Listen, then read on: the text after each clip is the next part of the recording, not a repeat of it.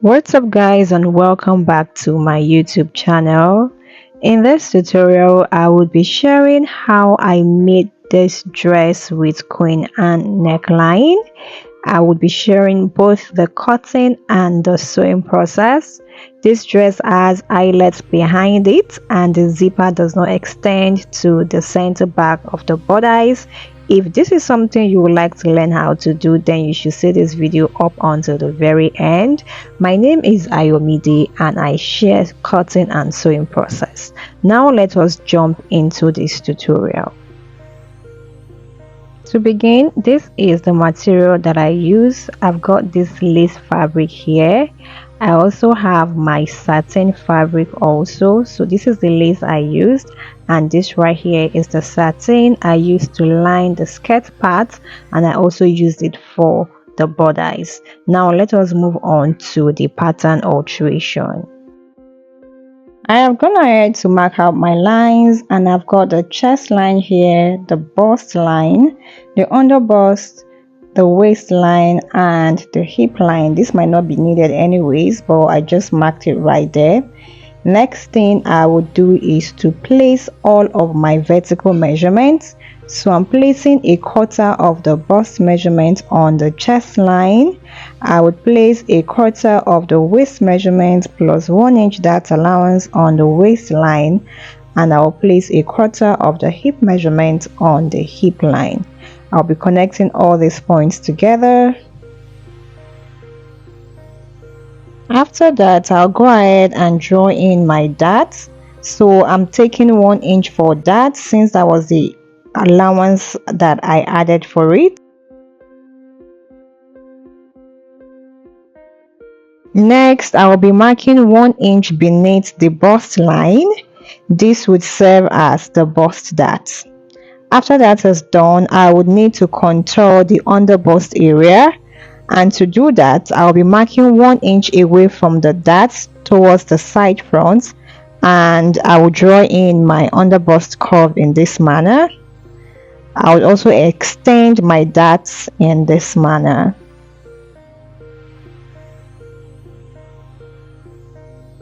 After drawing in my darts, I would also go ahead and draw in my armhole. I'm marking 3 inches above the chest line. I'll come in by 0.75 inch and I'll draw in my armhole. After that, I will need to determine the depth of my neckline. So for this, I'm going for a depth of about 6.5 inches. I'm just going over to mark 6.5 inches from the shoulder. I'll roll it into a straight line. Then I'll be getting the midpoint of my shoulder slant. I had about 2.5 inches right there. I'll be connecting my line from the neckline that I just drew down to the bust line. In order to prevent gaping, I am going to be taking some darts away from that neckline. So I'm marking half an inch away from that line that I just drew, and I'll be connecting my darts in this manner. This would help prevent gaping. It is now time to draw my yoke. I am going for a yoke that is 3.5 inches wide at the shoulder, and where it connects to the bodice I'll be marking 2.5 inches. So that stops where my dart ends. I'll be connecting it in this manner together. And in order to prevent my yoke from gaping also, I'll be marking half an inch below, and I'll connect that to my armhole. So this part will be taken out, and I've got my front yoke ready. I want a shallow sweetheart neckline. I'll be marking 1 inch beneath that 6.5 inch that I marked, and I'll use my pattern master to create the curve in this manner so it is not so deep. Moving on, it is now time to create my back waistline. To do that, I will be marking 3 inches beneath my waistline, and I will be connecting from the waist to the 3 inches that I marked. In order to ensure that my center front and side front would align, I'll try to close that dart that I have over there, and I will be redrawing the back waistline. So guys, I am done with the front and I'm going to label my patterns. I have my center front and my side front. I'll cut this out and show us what it looks like.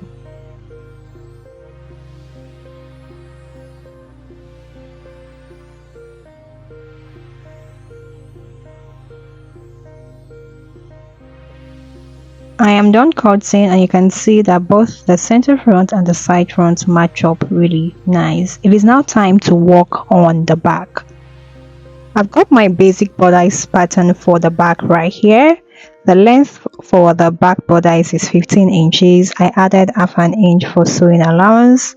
To proceed, I'll be marking 6.5 inches beneath the armhole line and I'm going to be rolling it into a straight line. Next, I'll be marking the length of my shoulder slant and that will be 3.5 inches, the same thing I used for the front. Coming down to that line that I just marked, I'll be marking 2.5 inches. I'll be connecting those points together and this would create the yoke for the back. In order to prevent gaping, I'll be dropping the yoke by half an inch along the shoulder and I'll connect it back to the armhole, the tipping point of the armhole. I'll label this as my yoke. I'll be cutting out the excess pattern paper I have there. Along the center back, there won't be any zipper. I am going to be fixing eyelets. I will be taking out some measurements. So along the chest line, I'll be marking 1.5 inch. Along the waistline, I'll be marking 1 inch. I'll be connecting them together. This is what I'll be taking out from the back. So guys, I just double checked to be sure that I did not add any darts and I realized that I added dart allowance while drafting my back and I don't want any dart allowance along the back, so I'm going over to take out that dart allowance which I added before. After that, I went ahead to detach the yoke for the back and this is what my back pattern pieces look like. It is along the center back here. I will be fixing my eyelets. So guys, I'm going to be cutting this out on my fabric. I'm going to be using the satin fabric for the bodice part of this dress. I have gone ahead to cut out on my fabric. This right here is the front and I've also ironed interfacing on the bust area. This is the back. I cut a single piece of fabric for the back. I did not split it into two. I also have my lining right here, both the front and the back. I ironed in interfacing on all of them. It is now time to begin sewing. I will be starting with the front and I'll go ahead and match up all of my notches. While cutting, I place notches on the bust and the under bust area. So this is me trying to match up all of those notches. I'll go ahead and sew this down. I am done sewing and this is what the front is looking like. This is the main fabric. I also went ahead to iron the seam lines open and that was what made the bust area pronounced. This right here is also my lining. I've gone ahead to iron my seam lines open. So guys, this is my yoke and I decided to join the yoke together along the shoulder slants. That is the front and the back yoke together along the shoulder slants so that there won't be any seam along the shoulder slants. This place is the part that would sit into the armhole and the selvage area is the part that will be on the outside. The next thing I will do is to join the yoke to the front and the back. Here I'm going over to rightly place my yoke, so I'm making sure that the selvage is on the outside.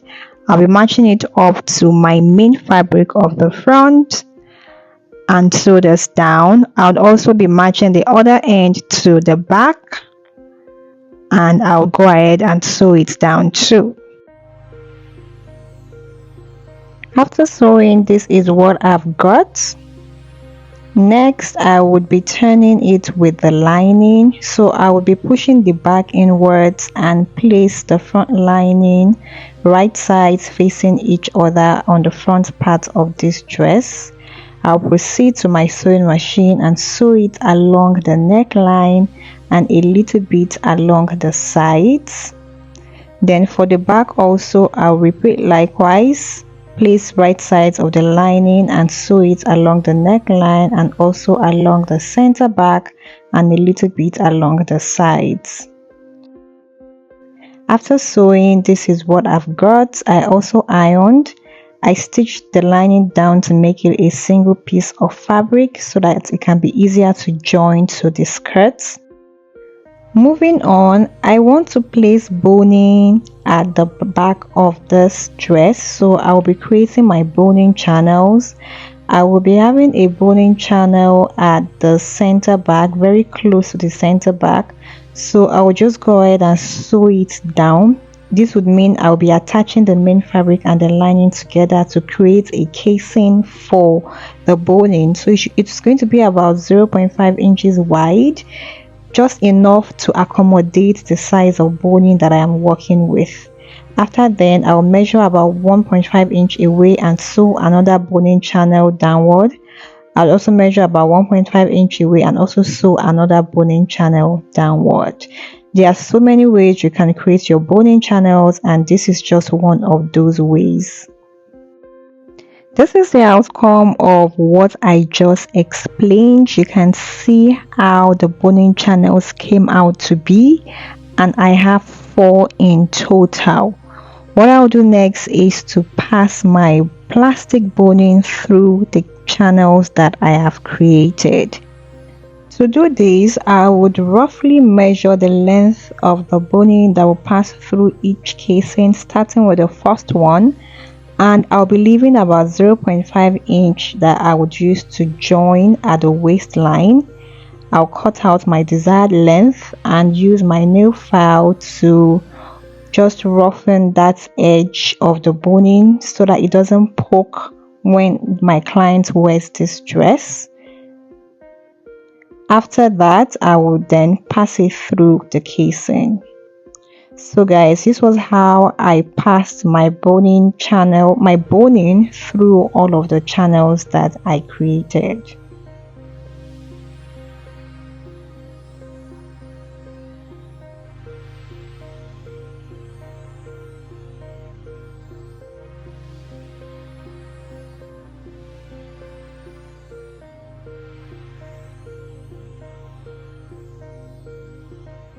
I am now done passing my boning channels through, and I also give this a good press so that it can lay flat. Yes, you can iron your boning and it will still be flexible. It is now time to join the skirt part to the bodice. I have gone ahead to cut out my skirt. I cut it out on both the lace and the lining. I did this for both the front and the back. To join that of the back, I'll be making sure that my bodice starts from the side of the skirt. Remember, we took out some measurements from the center back of the bodice, and I will be sandwiching my back bodice in between my lace fabric and the lining so that center back area on the skirt part would be neatly covered. There won't be any thread showing through. So I'll just go to my sewing machine and sew this down. While for the front, all I have to do is just to join the lace and the lining to the front. So I won't need to sandwich the lace, the bodice in between the lace and the lining for the front. I am done sewing, and this is what I have. This is what my front looks like, and this right here is what my back is looking like. This is the center back. You can see that it is well enclosed. That is along the part where I'll be fixing my zipper on the skirt part. The next thing I'll do is to join both the front and the back together. I'll be placing right sides of the front against the back, and I'll go ahead and sew it down along the sides. I will also be fixing my zipper along the center back of the skirt. I am done sewing, and this is what I have. I've also gone ahead to fix my eyelet on the center back region of the bodice, and I've equally fixed my zip on the skirt part. I did a little design along the waist right here.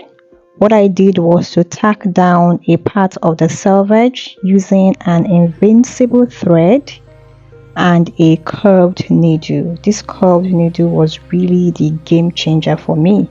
This is what it looks like. I have it in different sizes, and it made sewing this selvage part very easy, as you can easily pass it through your dress in and out with ease.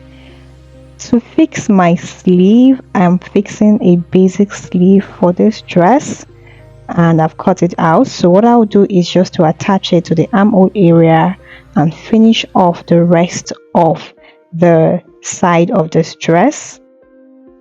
I am done fixing my sleeve to the dress, and this is what it looks like.